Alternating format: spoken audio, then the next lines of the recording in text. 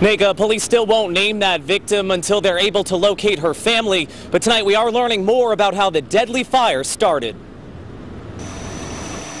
Fire trucks lined this School Street multifamily home where a fast-moving blaze took the life of a 65-year-old resident. Investigators say the woman started the fire with a cigarette while attached to an oxygen tank. It blew out. That's like a bomb right there. It's already going because, you know, it's a tank. When the tank blew out and you're there, it's like a bomb. You blew out with everything. We've learned another resident called 911 after hearing the fire alarm just after 9 Saturday night. Firefighters discovered the victim sitting in a chair where the flames sparked. A lot of police and firemen. I feel too bad, you know, for that because it can be my family too, you know. And you got to take care of people, you know, and the age too.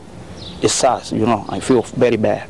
Boards now line the windows of the second-floor unit at the back of the house where police say the woman lived by herself.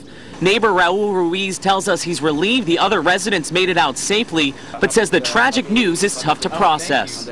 They're grateful they all right, but one life is gone, you know, it's not come back. You know, that's her, and I feel bad, you know, for me, because it can be my family too.